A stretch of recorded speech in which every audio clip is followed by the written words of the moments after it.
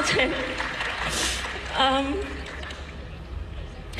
今晚將會係我人生中我一定會記住嘅一個夜晚。我好多謝有你哋同我一齊喺呢一個咁靚嘅畫面入邊，多謝你哋。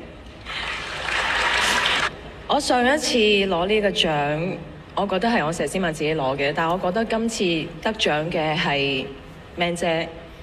因為我已經唔係去飾演一個角色，而係我已經成為咗呢一個角色，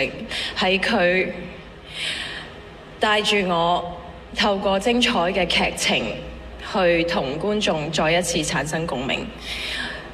歷史係人類創造出嚟嘅，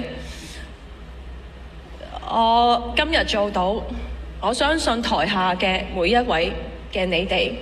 只要唔好放棄，你哋一樣會成為下一個歷史。